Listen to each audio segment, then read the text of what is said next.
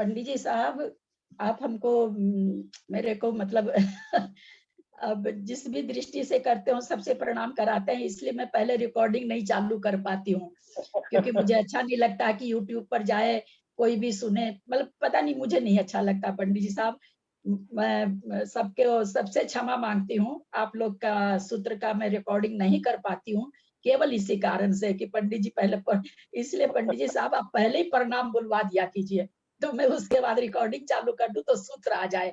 मुझे बड़ा खराब लगता है कि ये मेरे से छोटे इसलिए मैं कर रही हूँ, वो तो पंडित जी कुछ कर नहीं सकेंगे, है ना? इसलिए मेरे को खराब लगता है बाबूजी कि लोग क्या सोचते होंगे कि हम लोग का तो रिकॉर्ड नहीं करती है।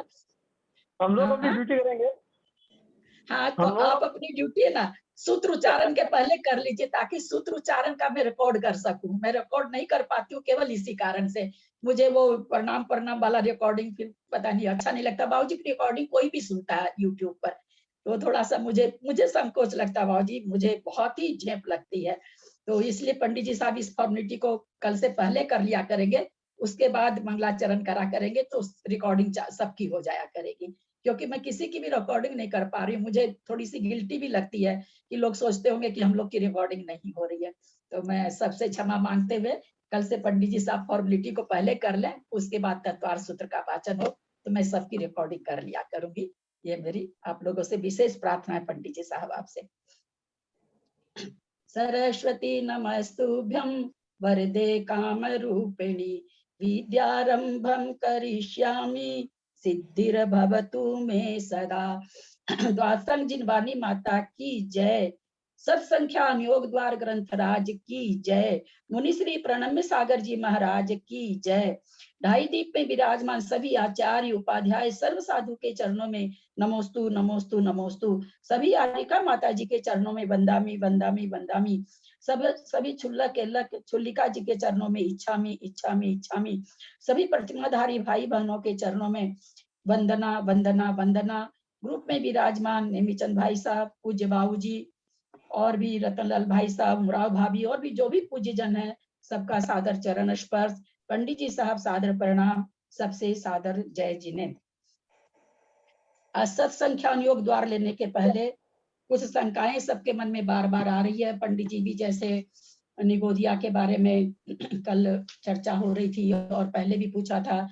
मंजू जी जयपुर के ब्लड में जो जीव होते हैं वो क्या है, इस तरह की हम लोग के सबके मन में, मेरे भी मन में उठती है। तो मैं उन सब का आज पंडित जी साहब निकाल के रखी हूँ कुछ वक्तव्य, जो कि धवला जी से है और मुख्तार साहब जी की किताब से है, व्यक्तित्व और कृतित्व से है।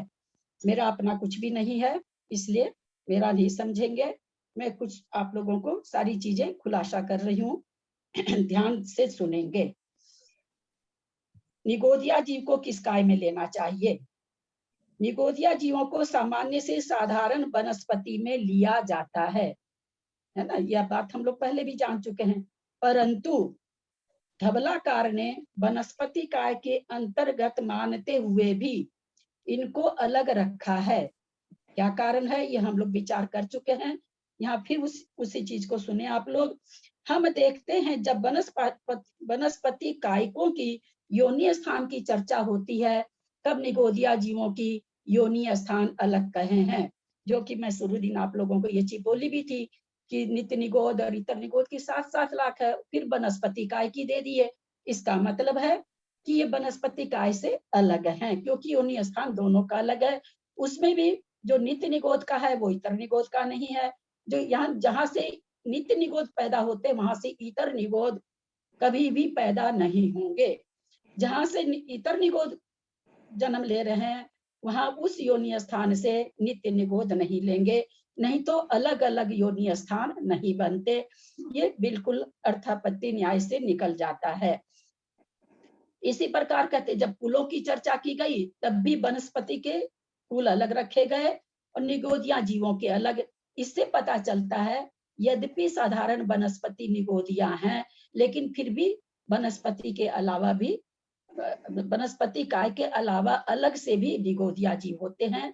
इस प्रकरण से हमें एक इस बात को समझना चाहिए, जो कि है तो व्यक्तित्व कृतित्व से, परंतु उदाहरण धवला जी का दिया हुआ है। अब ये कई बार ये भी प्रश्न आया था कि अस्थावर और एक इंद्रिय हम निगोदिया को क्या माने, अस्थावर माने, एक इंद्रिय माने, इस तरह का भी मन में आता रहता है, जो कि प्रश्न आया भी था अपने यहाँ। दीदी फूलों अस्थावर का से क्या मतलब बताया आपने? फूलों का क्या बताया? कुल भी फूलों का। अलग है ना। निगोदिया के जब हम लोग कुल पढ़े थे कर्णा योग में 199 कुल कोटि है सारे जीवों का, जितने भी प्रकार के जीवन का, तो उसका आप लोग कर्णा योग का ग्रंथ निकाल के देखिएगा, उसमें वनस्पति काई का कुल अलग है, इतर निगोद नित्य निगोद का कुल अलग है। तो इससे पता चलता है कि वनस्पति काय से निगोद अलग है। तो वही धवला वीर सेनाचार्य कह रहे हैं कि यद्यपि साधारण वनस्पति निगोदिया है, पर वनस्पति काय की ही है ऐसा नहीं है। अगर ऐसा होता तो कुल और योनि स्थान अलग नहीं बताते। इसका मतलब है, यहाँ कह रहे हैं आचार्य की, इसका मतलब है कि कुछ हटके है वनस्पति काय से। अभी पेज नंबर कुछ नहीं बता रहे हैं अभी, है ना, अभी ऐसे ही समझा रहे हैं। जो अपने लोग को बहुत सारी शंका होती है हमारे शरीर में होता वो कौन है, निगोद क्या है, तो ये मैंने इस 2 बुक से निकाल के रखा पंडित जी साहब। और एक चीज और विशेष मैं ये कहना चाहूंगी इसी के बीच में,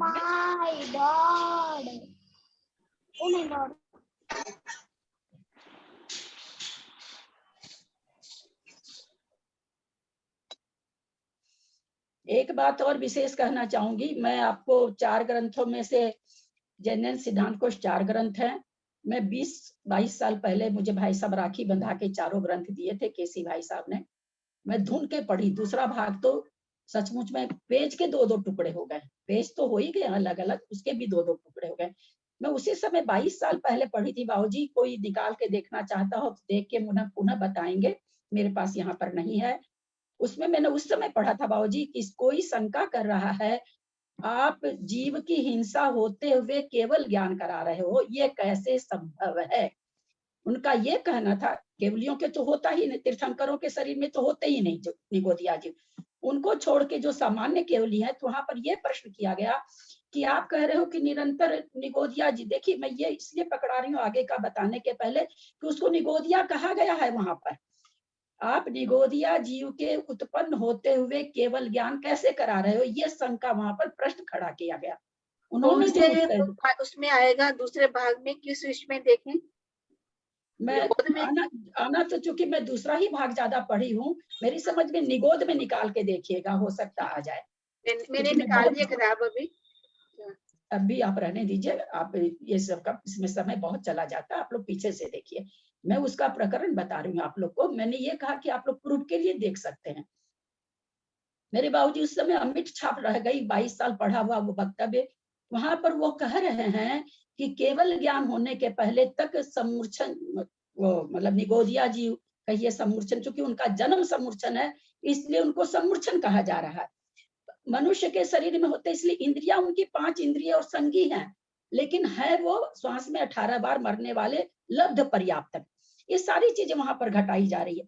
तो वो यहाँ वहां पर क्या उत्तर देते हैं कि केवल ज्ञान के होने के पहले तक वहां पर निगोदिया जी वही उत्पन्न हो रहे हैं जो केवल ज्ञान के पहले खत्म हो जाएं, मरण को प्राप्त हो जाएं। यानी कोई सोचे कि अगले समय केवल ज्ञान होना है, 8:01 पर होना है और 8 बजे तक जीव उत्पन्न हो रहे हैं, तो वहां पर उन्होंने बताया ऐसा नहीं है।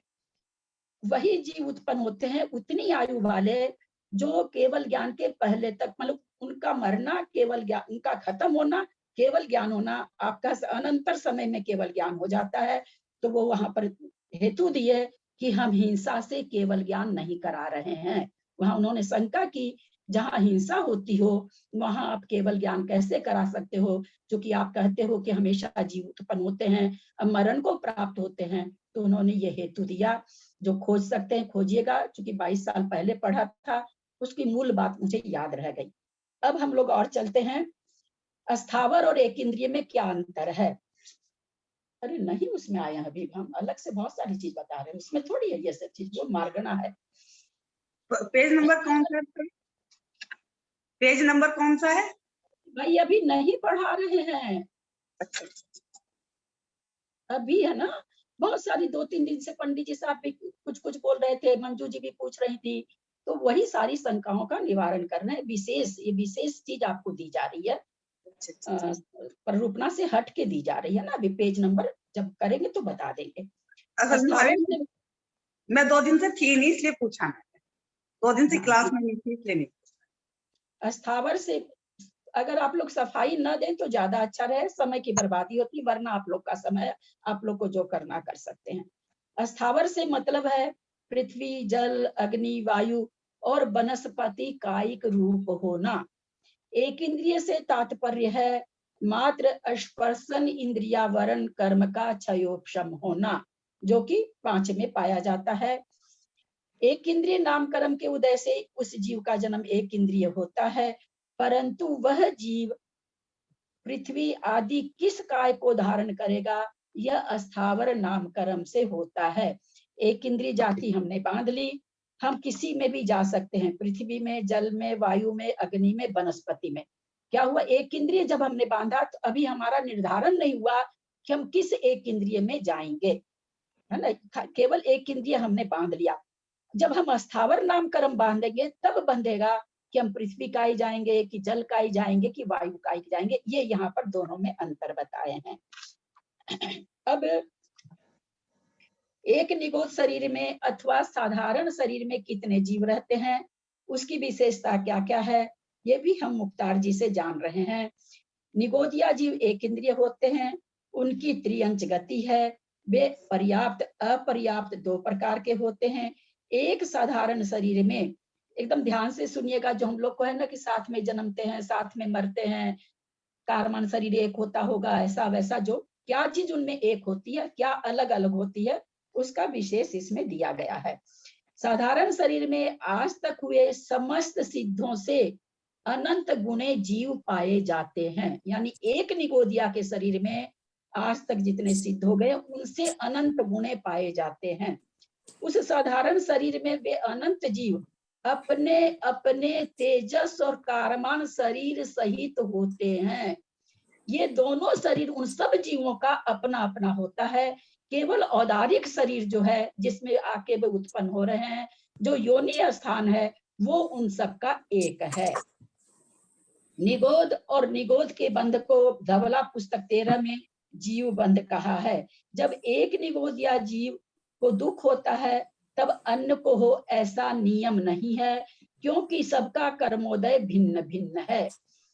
सभी जीवों का सुख दुख का वेदन एक जैसा भी हो सकता है, परंतु भिन्न प्रकार का भी, दोनों तरह का हो सकता है। सबके परिणाम अलग अलग प्रकार के होते हैं, फिर भी वे समान आयु का बंध कर सकते हैं, क्योंकि असंख्यात लोक प्रमाण परिणामों से एक प्रकार की आयु का बंध हो सकता है। क्या कहना चाह रहे हैं कि जैसे मान लीजिए कोई भी आयु बांध रहा है, निगोदिया मनुष्य आयु बांध रहा, केवल देव और नरक में नहीं जा सकता है, मनुष्य और त्रियंच में पंचेंद्रिय भी बन सकता है। मान लीजिए पंचेंद्रिय ये मनुष्य आयु बांध रहा है, तो कहते कोई एक, ये कहना चाह रहे हैं कि एक ही तरह की आयु बांधते हुए भी आप यह नहीं समझें कि सारे निगोदियों का एक सा परिणाम है। क्या कहना चाह रहे हैं कि एक मनुष्य आयु बांधने के लिए कितने कितने परिमाण है, असंख्यात लोक प्रमाण भेद हैं, जिसके द्वारा मनुष्य आयु बांधी जा सकती है। तो सारे निगोदिया के अलग अलग, मान लीजिए बहुत सारे निगोद निकल के अब मनुष्य बनने वाले हैं, लेकिन उनका परिणाम अलग अलग हो सकता है। एक ही परिणाम से आयु बन रही है यहाँ पर, क्योंकि आयु बांधने के परिणाम कितने बता रहे हैं, असंख्यात लोक प्रमाण। यानी 343 घनराज्य में जितने आकाश के प्रदेश हैं, उनको आप असंख्यात से मल्टीप्लाई करिए, उतने परिणाम एक तरह की आयु बांधने में हो सकते हैं। उन सबके ज्ञानादि गुणों का पर्याय एक सी होने का नियम नहीं है। ज्ञान गुण भी उनका सबका अपना अपना क्षयोसम, यद्यपि क्या नाम है, सो वहां पर मति श्रुति ही ज्ञान है और बहुत ही जघन्य रूप से है, फिर भी उसमें भी सबका अलग अलग है, ऐसा बता रहे हैं। इनकी आयु लब्ध पर्याप्तक जीव एक क्षुद्र भव प्रमाण अर्थात 1/24 सेकेंड होती है, फिर भी इनका अकाल मरण संभव है। इन जीवों की नवीन आयु का बंध भी 8 अपकर्ष कालों में होता है। पर्याप्त निगोदिया जीवों की 4 पर्याप्ति होती है। अपर्याप्तियों की 3 अपर्याप्ति होती है। अपर्याप्तों को श्वासोश्वास नहीं होता, यानी पर्याप्तक के श्वासोश्वास भी होता है निगोदिया के। अपर्याप्तों के 3 प्राण होते हैं, स्पर्शन इंद्रिय, कायबल और आयु।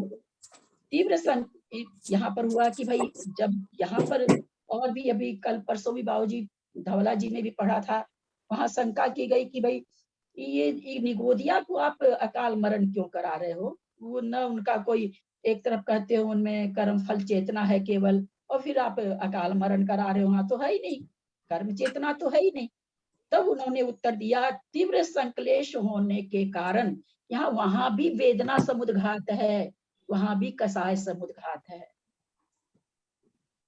इस कारण से सूक्ष्म जीवों का, बादर का तो होता ही है, सूक्ष्म जीवों का अकाल मरण भी संभव है। कहाँ पकड़ेंगे बाबूजी? निगोदिया जीव हम लोग को तो नहीं दिखते हैं, और अभी इसमें कई चीज हम लोग निकाल रखी हूँ मैं, सारा बता रही हूँ आप लोगों का। अच्छा, एक चीज हम लोग पीछे सत पर रूपना में, सत्संगता में योग परिवर्तन आया था, तो हम लोग को सबको हो रहा था ना कि भाई व्याघात क्या होता है, व्याघात से कौन सा योग परिवर्तन कैसे हो जाता है।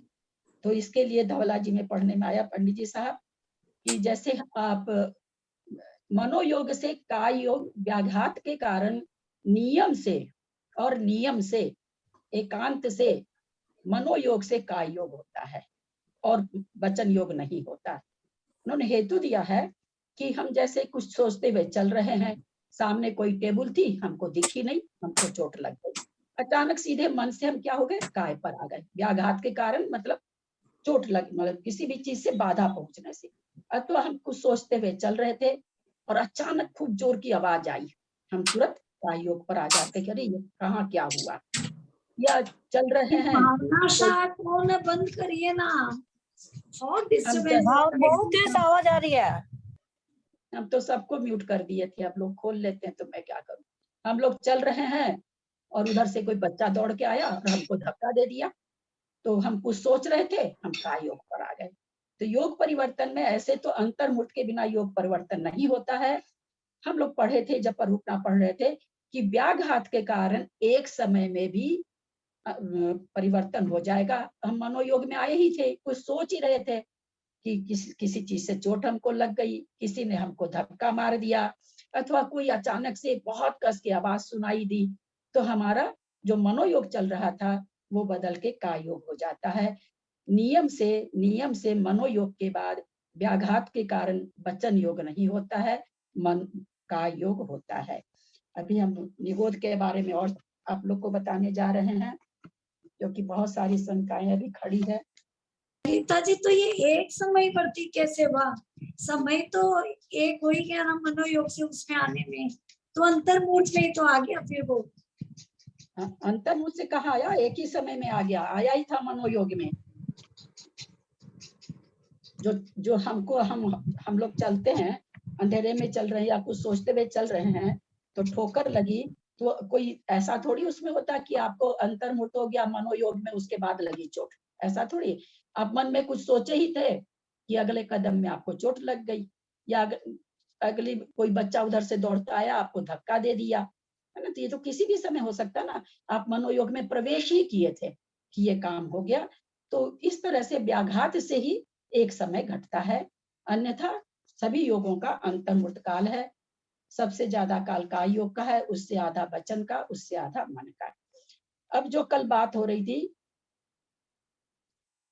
धवला पुस्तक 4 से है, बनफधि काया निगोद जीवा बादरा सोमा पच्चता केवड़ी खेते सब लोके। यहाँ पर हुआ कि भाई, इसकी हिंदी है, बादर सूक्ष्म, पर्याप्तक और अपर्याप्तक, ध्यान से सुनेंगे, बादर सूक्ष्म, पर्याप्तक और अपर्याप्तक वनस्पति कायिक निगोद जीव कितने क्षेत्र में रहते हैं। यहाँ निगोद किसको, नंबर क्या है, पेज नंबर? अरे भाई अभी पेज नंबर नहीं बता रहे मेरी दीदी। ओ, तो यहाँ पर प्रश्न क्या है, ध्यान देंगे।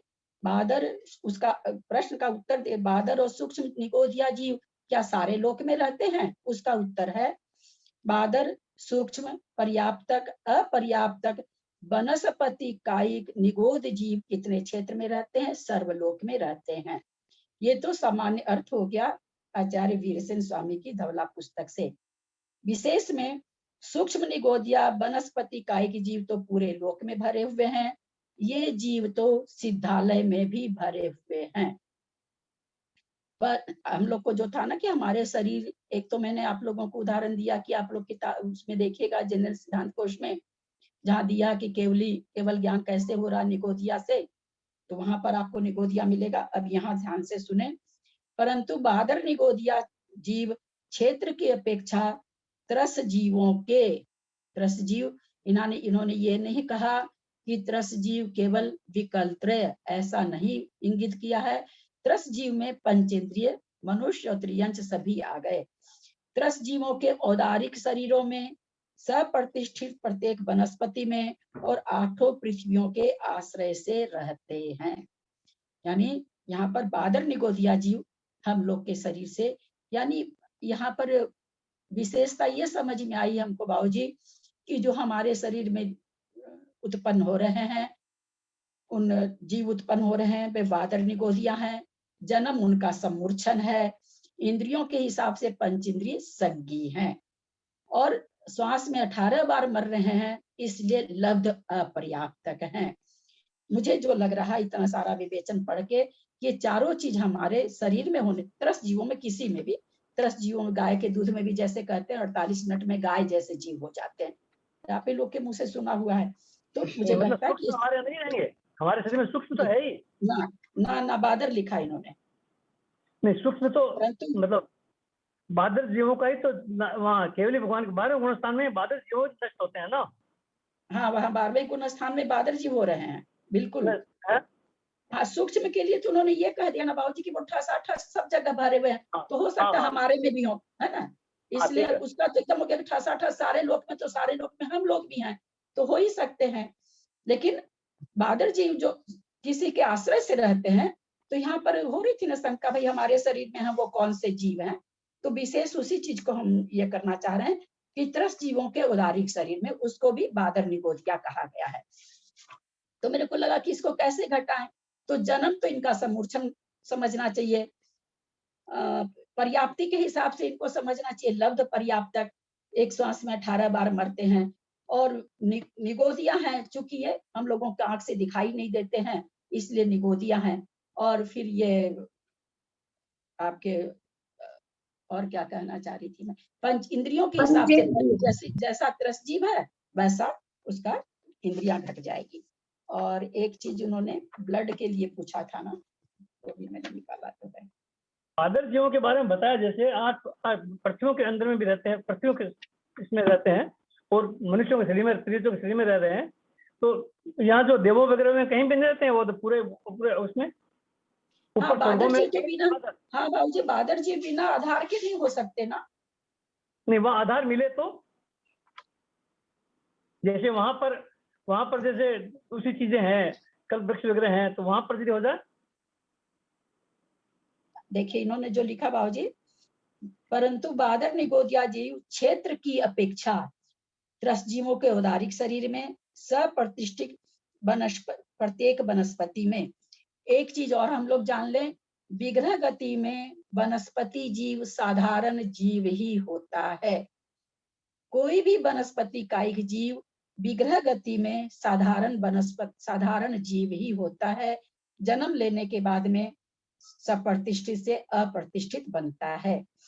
यहाँ पर ये कह रहे हैं सप्रतिष्ठित प्रत्येक वनस्पति में 8 पृथ्वियों के आश्रय से रहते हैं। स्वर्ग के आश्रय से नहीं बताया जा रहा बाबूजी, क्योंकि स्वर्ग पृथ्वी नहीं है और 8 भूमियां जो नीचे की है वे पृथ्वी हैं, और 8वीं भूमि सीधी शिला भी पृथ्वी है। तो ये कह रहे हैं 8 पृथ्वी के आश्रय से रहते हैं बहादुर निगोदिया, ऐसा इन्होंने यहाँ पर साफ कहा है। एक प्रश्न वो भी था ना कि जो अपने खून में है वो क्या है।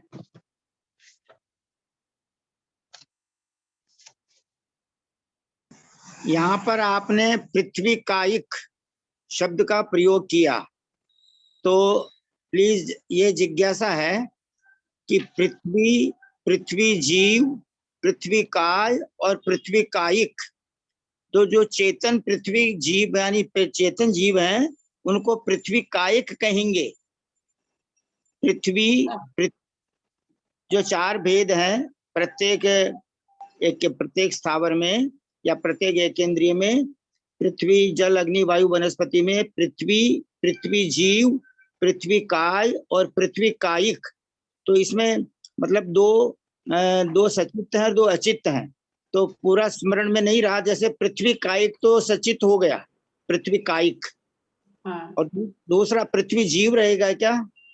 पृथ्वी जीव विग्रह गति वाला होगा। हाँ, अच्छा, पृथ्वी तो साधारण हो गया, जो सब जगह फैली हुई है वो पृथ्वी हो गई। पृथ्वी जीव, जब कोई जीव मरण करके पृथ्वी में उत्पन्न होने आ रहा है विग्रह गति में, उसका नाम पृथ्वी है। और जो पृथ्वी जीवों सहित है उसका नाम पृथ्वी कायिक है। और जिस भूमि को रोदन शोधन कर दिया गया है वो पृथ्वी काय हो गई।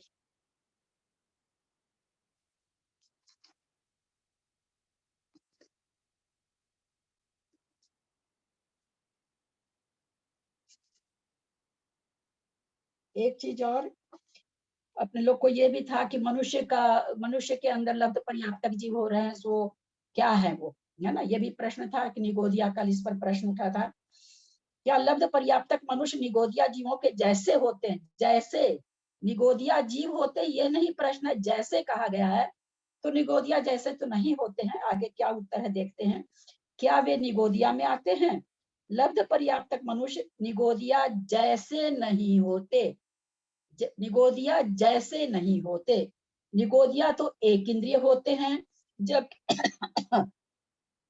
जबकि लब्ध पर्याप्तक मनुष्य के पंचेंद्रिय और मन भी होता है। दूसरी बात, निगोदिया पर्याप्तक अपर्याप्तक दोनों प्रकार के होते हैं, परंतु लब्ध पर्याप्तक मनुष्य तो अपर्याप्तक ही होते हैं। तीसरी बात यह है कि निगोदिया जीव के एक शरीर में अनंत पाए जाते हैं, परंतु मनुष्य का शरीर, मनुष्य के अंदर पाए जाने लब्ध पर्याप्तक जीवों का शरीर अलग अलग होता है। ये लब्ध पर्याप्तक एक श्वास में 18 बार जन्म मरण करते हैं, अर्थात इनकी आयु क्षुद्र भव प्रमाण है। ये अंतर मुहूर्त में 8 भव से ज्यादा नहीं ले सकते हैं तथा आंखों से, यंत्रों से देखने योग्य नहीं है। इनकी उत्पत्ति आर्यखंडों की स्त्रियों के अंगों में, मनुष्यों के कान, नाक, आंख आदि मैल में होती है। ये मलेच्छ खंड के मनुष्यों में उत्पन्न नहीं होते। तो इस तरह से यद्यपि ये निगोद कहलाते हैं, परंतु जो वो निगोद हैं कि एक श्वास में 18 बार वो भी मरते हैं, ये भी मरते हैं, तो दोनों इस परिभाषा से एक होते हुए भी वो एक इंद्रिय हैं। ये जिस भी शरीर में हो रहे हैं, 2 इंद्रिय, 3 इंद्रिय, 4 इंद्रिय, उतने इंद्रिय वाले हैं। वहां एक शरीर में अनंत जीव है। यहाँ लब्ध पर्याप्तक जो हमारे शरीर में उत्पन्न होते हैं वो एक एक जीव का अपना एक एक शरीर है। तो इस तरह से इस दोनों में अंतर है। अब जो खून में अंतर होगा ना। हाँ 2 बाबूजी, इंद्रिय 3 इंद्रिय भी तो होते हैं ना। वो लोग जो शुद्ध भगवान वाले हैं वो 2 इंद्रिय भी होते हैं, 3 इंद्रिय भी होते हैं, 2 इंद्रिय भी होते हैं। हाँ लब्ध पर्याप्तक सब, हाँ हाँ सब में वही, दो सबके वही होंगे, एक एक शरीर होगा उनका अपना। और ये बताया कि म्लेच्छ खंड के मनुष्यों में नहीं होते। हाँ म्लेच्छ खंड के मनुष्यों में नहीं होते। हाँ मलेच्छ खंड में नहीं होते हैं। हाँ होते ही नहीं ना, मलेच्छ खंड में विकल्प आदि होते ही नहीं है। और क्या बोलने जा रही थी, बीच में बोले तो भूल गई। और निगोदिया शरीर का और दिया कि वहां वो पर्याप्तक अपर्याप्तक दोनों होते हैं, लेकिन ये अपर्याप्तक ही होते हैं। नहीं तो लब्ध पर्याप्तक अगर पर्याप्तक होंगे तो मनुष्य में एक मनुष्य और हो जाएगा, तो हो ही नहीं सकते। अब जो था कि मलेच्छ खंड से जो ये चक्रवर्ती लेके आता है स्त्रियां वगैरह, उनके शरीर में फिर क्या यहाँ आने से हो जाते हैं क्या? ये तो बाबूजी नहीं बता सकती मैं, क्योंकि उसका तो स्पेशल कभी मिलेगा तो कहूंगी बाबूजी। यही वर्णन पड़ा है कि वहां रहते हैं तो यहाँ आने के बाद में उनका चेंज हो जाता है। मतलब जीवों का तो पता नहीं, पर मोक्ष के लिए वो तो मोक्ष की बात है कि उनसे उत्पन्न हुए पुत्र हो सकते हैं, वो अलग चीज है। मोक्ष जाने की बात यहाँ नहीं पूछी जा रही है। नहीं, स्त्रियों की बात। हाँ, यहाँ तो जीव पूछा जा रहा है, तो जीव की व्याख्या मैंने अभी तक नहीं पढ़ी है, अगर आएगी आंख के सामने तो जरूर बताएंगे। अब देखिए जो एक शंका है। मंजू जी का प्रश्न था जयपुर से, मनुष्य और त्रियंचों के शरीर में खून अथवा अन्य कीड़े पाए जाते हैं, तो क्या खून और उन कीटाणुओं में शरीर में मनुष्य या त्रियंच के आत्म प्रदेश रहते हैं या नहीं? जो हम लोगों को सबको रहता मन में कि हमारे खून में जो कीड़े हैं, हम लोग खून दे रहे हैं तो हमारा इस तरह की बहुत भावना रहती है। उत्तर सुनेंगे, ये भी मुख्तार जी का उत्तर है। मनुष्य व त्रियंच के शरीर में खून में जो आत्म प्रदेश पाए जाते हैं, खून में तो आत्म प्रदेश पाए जाते हैं, लेकिन अन्य कीटाणुओं का शरीर प्रत्येक शरीर है। उनके शरीर में मनुष्य या त्रियंचों के आत्म प्रदेश नहीं होते। यानी इससे ये मतलब निकला, हमारे खून में जो भी बैक्टीरिया है आदि, उनका अपना कर्म है, अपना शरीर है, अपना आत्मा का प्रदेश है, हमारे आत्म प्रदेश से उनका कुछ भी लेना देना नहीं है। तो ये सारी चीजें मैंने खोज के रखी थी बाबूजी, क्योंकि कई दिन से कई शंका उठ रही थी, कुछ लगता था गलत दीदी नहीं हो प्रणाम। जाए। एक शंका मुझे भी है। यही मैंने पूछा था ललिता दीदी कल, तो ये प्रश्न का उत्तर आ गया। ललिता जी, दही में भी बैक्टीरिया वाले? दीदी एक प्रश्न मुझे भी पूछना है। हाँ बाबूजी कुछ बोल रहे हैं क्या? नहीं दीदी मैं बोल रही हूँ, मुझे अशोका जैन, मुझे एक प्रश्न पूछना है दीदी। हाँ बोलिए।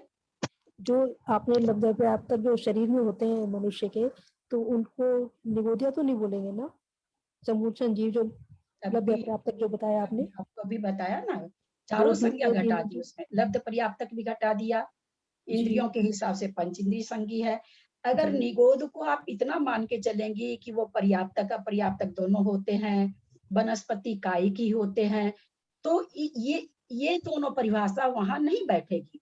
लेकिन श्वास में 18 बार वो मर रहे हैं, लब्ध पर्याप्तक हैं और निगोदिया हैं। उनकी संज्ञा जब कहा गया कि उनको क्या संज्ञा दें, संज्ञा अलग हटके तो कुछ नहीं हो सकती ना, तो वास्तव में वो निगोदिया हैं।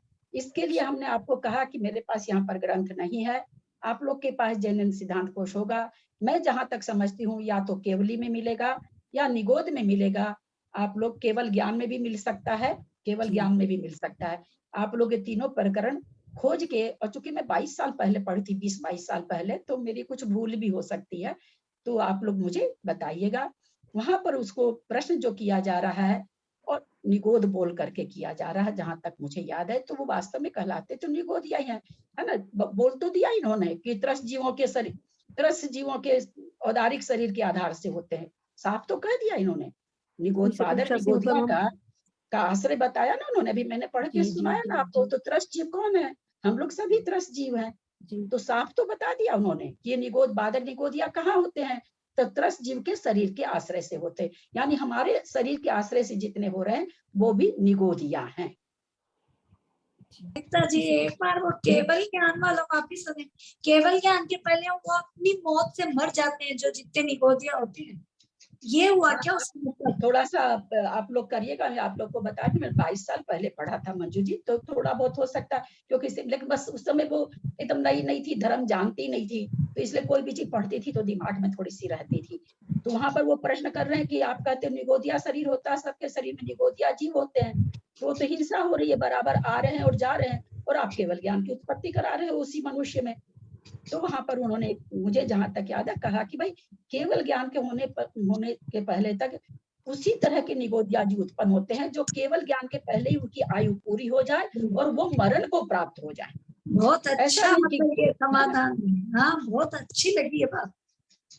ऐसा नहीं है कि 8:01 पे केवल ज्ञान होना है और 8:01 पर भी निगोद की उत्पत्ति हो रही है हमारे शरीर में लब्ध पर्याप्त की, तो फिर वो कब मरण करेंगे? केवल ज्ञान होने के बाद। तब तो वो हिंसा कर रहे हैं, तो कब मरण हो जाएगा? केवल ज्ञान होने के पहले उनका मरण हो जाएगा, उतनी आयु वाले ही उत्पन्न होंगे वहां पर। अच्छा लगा, नहीं यही होगा, आप बोल रहे हैं वही होगा, एकदम अच्छा लगा। अब हम लोग जाते हैं, पूरा प्रकरण बहुत ही अच्छा आज आपने बताया। आपको सारा प्रकरण समझाने में मेरा 2-2, 4-4 घंटा जाता है। अब आप लोग कितना घंटा देते हैं सो आप लोग जानिए कि आप लोग कुछ लिखते भी हैं कि नहीं। समझे? तो आप क्या समझ सकते हैं कि कल मेरा कितना समय गया होगा सारा आप लोग का निगोदिया का संख्या निवारण में, कितने ग्रंथ खोले होंगे, कितना गूगल खोला होगा? नहीं समझ सकते आप लोग। गूगल में ऐसे लिखने कोई चीज नहीं आती है। बहुत तरह के वाक्य मेरे को चेंज करने पड़ते हैं, कभी कुछ लिखती हूँ, कभी कुछ लिखती हूँ, तब जाके कभी कभी निकल जाता है कोई उत्तर। लेकिन बहुत ही बढ़िया लगा आज से सब कुछ, मतलब इतनी अच्छी अच्छी बातें सुनने को मिली। वाकई में सब शंकाएं थी। ललिता जी, ये दही वाले बैक्टीरिया क्या होते हैं? तो वो भी बैक्टीरिया ही है, उनका अपना अपना सबका एक एक उसमें तो लोग कहते हैं ना कि दोष नहीं लगता है, मतलब महाराज भी लेते हैं दही, तो वो उसका क्या क्या दिया जाता है।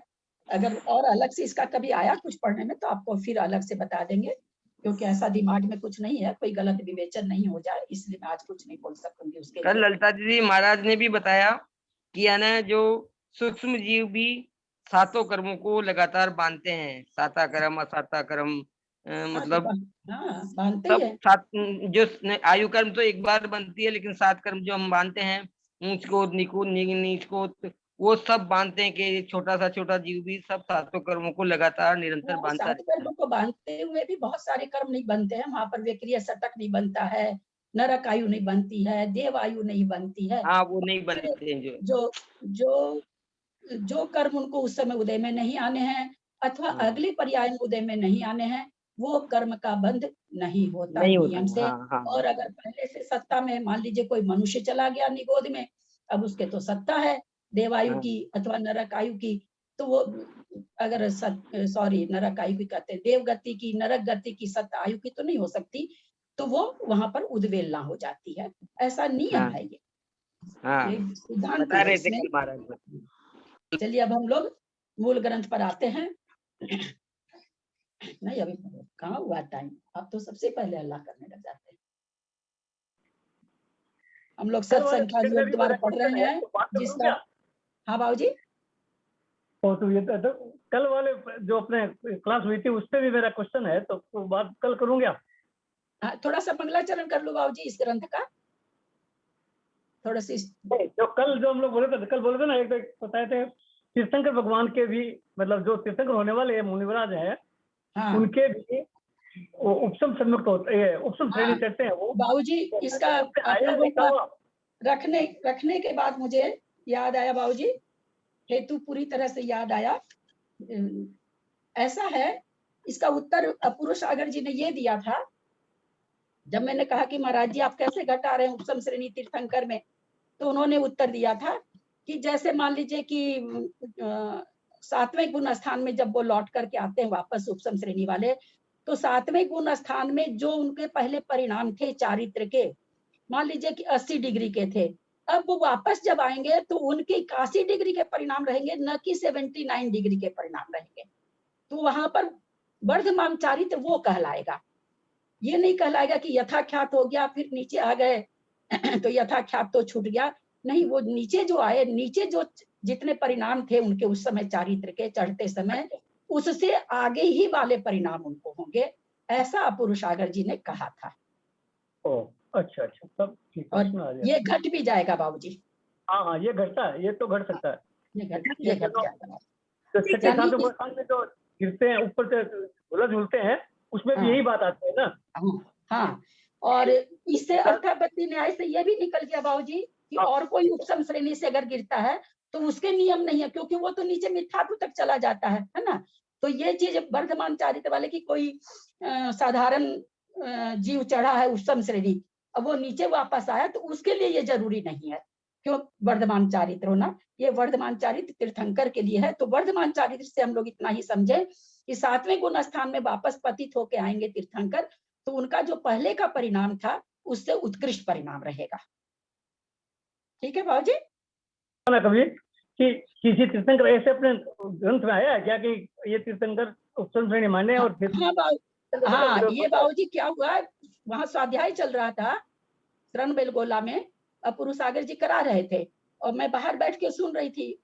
बैठ उठ तो सकती नहीं बाबूजी, स्टूल लेके एकदम कोने में छिप के बैठती हूँ शर्म से, तो उधर से आवाज आ रही थी कि तीर्थंकर को हो सकता है। तब महाराज जी बाहर निकले तो मैं महाराज जी को पकड़ी कि आप उपसम श्रेणी कैसे चढ़ा रहे हैं तीर्थंकर को। तब उन्होंने उत्तर दिया था बाबूजी, इसका मतलब कि ग्रंथ में आया है। आया होगा। अब वो ठीक है। कौन सा ग्रंथ पढ़ रहे थे मुझे नहीं पता है, पर आया तभी मैंने प्रश्न किया बाबूजी ने, तो अचानक से तो मैं करती भी कैसे। चलिए अब थोड़ा सा मूल ग्रंथ का थोड़ा वाचन कर ले। सत्संख्यान योग द्वार हम लोग पढ़ रहे हैं, इसको संकलन पूज्य मुनि श्री प्रणमेय सागर जी ने किया है। चौथी धवला पुस्तक से इसका पूरा विवेचन है। हम लोगों ने सत्य, संख्या, क्षेत्र, स्पर्शन, काल पढ़ लिया है। अंतर पर रूपना में ओघ के हिसाब से हमने अंतर पढ़ लिया है, और जिसको सामान्य से पररूपना कहते हैं। विशेष पररूपना मार्गना चल रही है। मार्गना में हम लोग कहाँ हैं? जी आप मुंह क्यों ढकते हैं जी? मुंह मत ढकिए अपना, मुंह क्यों ढक लेते हैं आप? मैं भी रोज से इसकी आवाज नहीं आती है साफ। हाँ, मुंह इसलिए ढक लेते हैं, मुझे शंका आवाज होती है कभी कोई, हाँ आवाज का होता होगा, लेकिन क्या करूं, मुझे लगता है कहीं थूक नहीं उछल जाए किसी समय, मैं इसलिए मुंह ढक लेती हूँ। मेरे को भय होता है कि किसी से मेरे को शंका होती है कि शायद थूक निकला क्या हल्का सा, तो इसलिए मैं मुंह ढक लेती हूँ, और कोई कारण नहीं है। कोरोना के डर से हम लोग क्यों ढक रहे हैं? कोरोना के कारण नहीं, कोरोना के कारण नहीं, जिनवानी की अवमानना नहीं हो जाए इस कारण से। कहाँ से हम लोग अकेले बैठे हैं तो क्या मुंह ढकेंगे कोरोना से? पेज नंबर 198 है, पेज नंबर 198 है, 198 पेज नंबर 198 है, 198 हाँ 198 है, 198 है, 114 नहीं बाई बता 3 198 है। उत्कर्षे, सब कोई अपने को म्यूट कर ले। उत्कर्षेनानंतः कालो, असंख्य नहीं पढ़ा जाएगा, मैं आप लोगों को समझाने के साथ। कालो संख्य पुद्गल परिवर्तः, इन्हीं पृथ्वी आदि काई जीवों का एक जीव की अपेक्षा उत्कृष्ट अंतर अनंत काल है, जो कि असंख्यात पुद्गल परावर्तन है। विधि बता रहे हैं, पृथ्वी कायिक आदि से वनस्पति कायिक में उत्पन्न हुआ, अंतर शुरू हो गया। आवली के असंख्यात में भाग प्रमाण, पुद्गल परिवर्तन वनस्पति काय की स्थिति है। यहाँ पर कैसे भाव भाषणा करें हम बाबूजी की, आवली का असंख्यातवां भाग असंख्यात पुद्गल परावर्तन है, क्यों कहा गया? इतना छोटा सा शब्द आवली का असंख्यातवां भाग, उतना काल में हो जाता है, आवली के उतना काल में हो जाता है, ये बात बताई थी आगे। आवली का असंख्यातवां भाग, आवली में असंख्यात समय, और उस असंख्यात समय में देखिए कैसे निकाला जाएगा। आवली में असंख्यात समय, उस बड़े असंख्यात को छोटे असंख्यात से भाग दिए, जो भागफल आया उतना पुद्गल परावर्तन होगा काउंटिंग में। इतना परिभ्रमण करके पुनः उसी पर्याय में आया, अंतर समाप्त, सूत्रोक्त अंतर प्राप्त हुआ। वनस्पति का यह इतना ये वेद तो पृथ्वी कायिक जल कायिक का क्या है, अलग है क्या? पृथ्वी कायिक में तो वो आया है वनस्पति कायिक में घूम के, सबसे ज्यादा बाबूजी वनस्पति कायिक की है। जो नहीं, पृथ्वी कायिक का जल कायिक का अलग है क्या? ये परिवर्तन की स्थिति अनंत, इसलिए बाबूजी वनस्पति, हाँ बाबूजी बहुत अच्छा प्रश्न आपका। निगोदिया जीव जो कहे जाते हैं वो वनस्पति, पृथ्वी कायिक, जल कायिक, ये निगोदिया नहीं होते हैं, हम लोग को सबको पता है। तो अनंत काल जब भी घटेगा ना बाबूजी, वनस्पति में ही घटेगा, क्योंकि ये जीव या तो अनंत काल वहां रहता है या अनंत काल सिद्ध में रहता है। बाकी बीच की सारी पर्यायें इसकी अनंत काल नहीं है, असंख्यात काल है, अनंत काल नहीं है। अनंत काल भेजने के लिए हमको निगोद में भेजना पड़ेगा, और निगोदिया राशि नियम से वनस्पति में तो होती ही है, इसलिए वनस्पति काय को होती है। मुझे जितनी समझ है बाबूजी, हालांकि यहाँ कुछ ऐसा लिखा हुआ नहीं है, जो इतना पढ़ के मुझे समझ में आ रहा मैं बता रही हूँ। वनस्पति काय का नाम नाना जीवापेक्षा नास्ति अंतरम, वनस्पति कायिक जीवों का नाना जीवों की अपेक्षा अंतर नहीं है।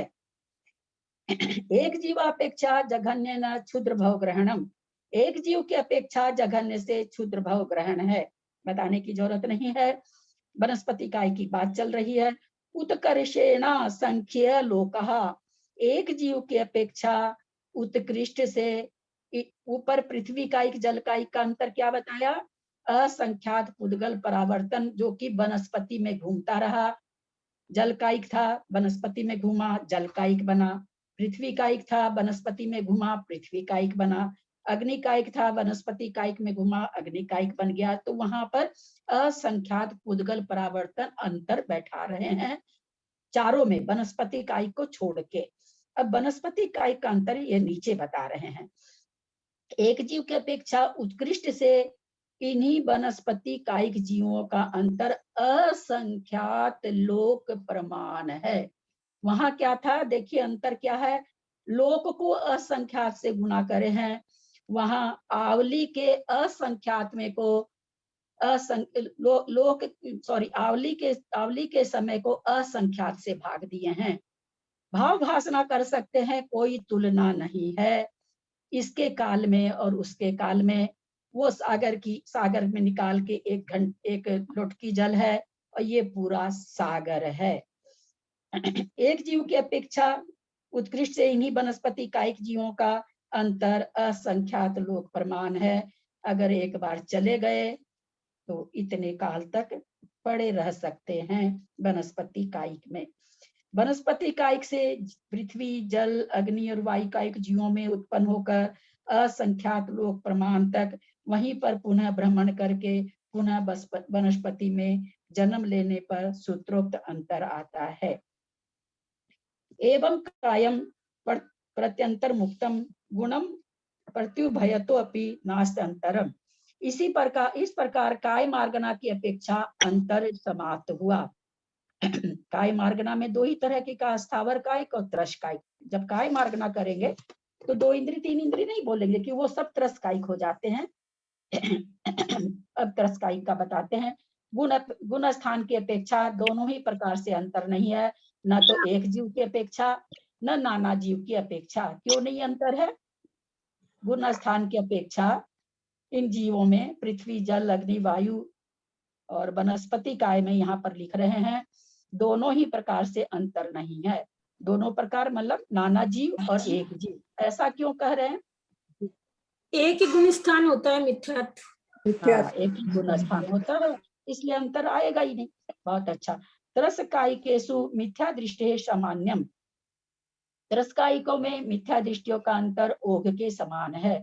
यानी अगर मिथ्यात्व गुण स्थान है और दूसरे में आया, मतलब दूसरे गुण स्थान मतलब दूसरा गुण स्थान नहीं, तीसरे में आया, चौथा में आया, पुनः वापस आ गया, तो उस तरह से जघन्य ओघ के समान अंतर हो जाएगा।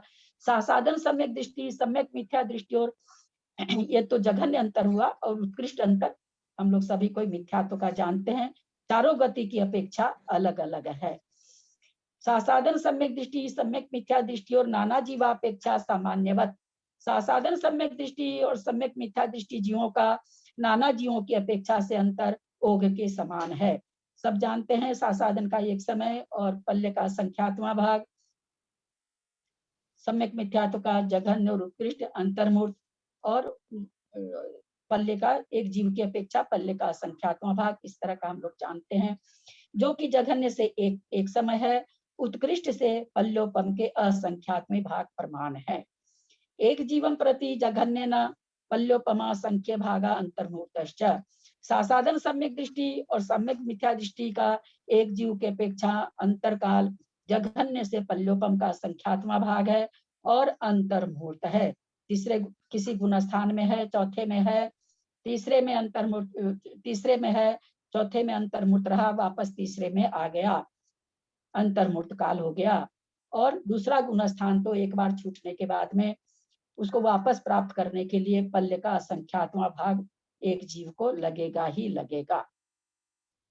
ऊपर जो अंतर पल्ले का संख्यात्मा भाग है वो सांतर मार्गना के चलते है, और नीचे जो एक जीव के प्रति है वो एक जीव के प्रति है। 114/11 उत्कर्षेण दो सागरोपम सहस्त्रे पूर्व कोटि पृथकत्व अभिधिके। इन्हीं दोनों गुण स्थानवर्ती जीवों का एक जीव की अपेक्षा उत्कृष्ट अंतरकाल पूर्व कोटि पृथकत्व से अधिक 2000 सागरोपम है। एक बार पेज नंबर 197 पलटिएगा, उसमें 113/17 देखिए, और अभी जो पेज पढ़ रहे हैं उसका 114/11 देखिए। वहां पर की संस्कृत में और यहाँ पर की संस्कृत में क्या अंतर है? मैंने जो वहां ठीक कराया, क्यों कराया, क्या अंतर है दोनों में? संस्कृत के वाक्य में द्वि 2000 और 1000 द्विवचन हो गया, सहस्त्रे। हाँ 2000 हो गया ना, सहस्त्रे हम ये द्विवचन। नहीं पूछ तो हम ये नहीं पूछना चाह रहे हैं, हम यहाँ पर ये द्वे पूछना चाह रहे द्वे हैं कि मैंने नहीं, द्वे तो सही है, दोनों की मतलब अंतर क्या? उत्कर्षेण दो, ठीक है। यहाँ पर उत्कर्षेण सागरोपम सहस्त्रम, इसकी हिंदी क्या कर दी इन्होंने? 2000 सागर प्रमाण। और यहाँ पर भी ये क्या कर रहे हैं? 2000 सागर प्रमाण। जो मैंने उसमें आप लोगों से कटाया, मैं उसकी युक्ति दे रही हूँ कि मैंने क्यों कटाया। दो नहीं भी लिखते, सहस्त्रे लिखने से भी हो जाता है। आप देखिए वहां पर सहस्त्रम है, यहाँ देखिए सहस्त्रे है, हाँ है ना? इसलिए बताया द्विवचन। मैंने भी, हाँ, वो द्वि नहीं भी लिखते। हाँ सहस्त्र और यहाँ द्विवचन हो गया, यहाँ सहस्त्र वो हो गया ना द्विवचन, सहस्त्रे। हाँ तो सहस्त्र, यहाँ द्वे नहीं भी लिखते तो भी उसका मीनिंग 2000 सागर हो जाता है।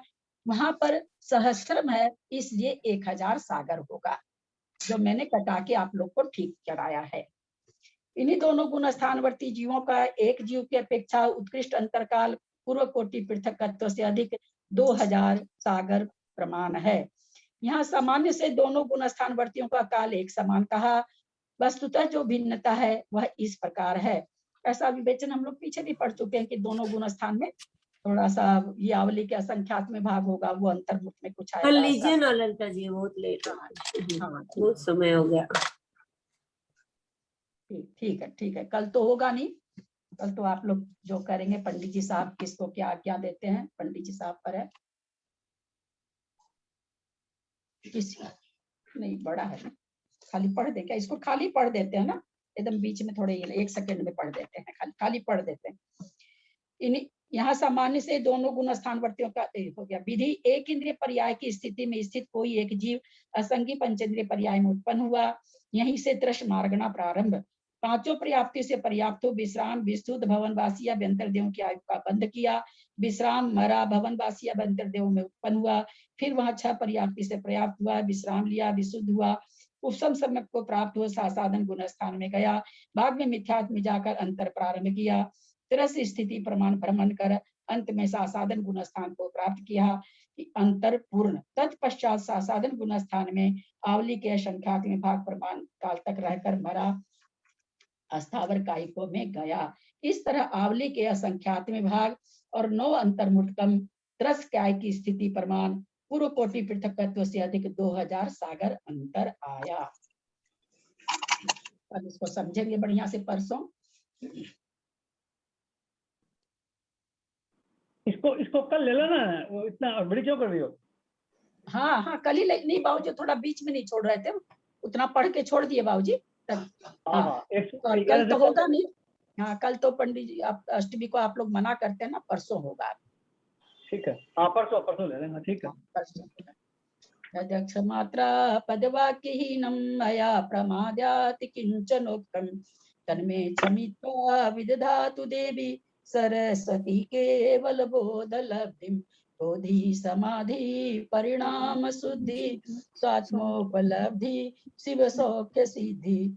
चिंतामणि चिंतित वस्तु दाने त्वं वंद्यमानस्य ममास्तु देवी। जावानी के ज्ञान ते सुझे लोकालो सोबानी मस्तक चढ़ो सदा देत मुदो। हे जिनवानी भारती तो ही जपू दिन रहे जो तेरा शरण आ गए सो पावे सुख चैन। देव भजू अरहंत को गुणते हो वेद ग्रंथ दया धर्म पालो सदा यही मोक्ष का पंथ। 9 बार नमोकार।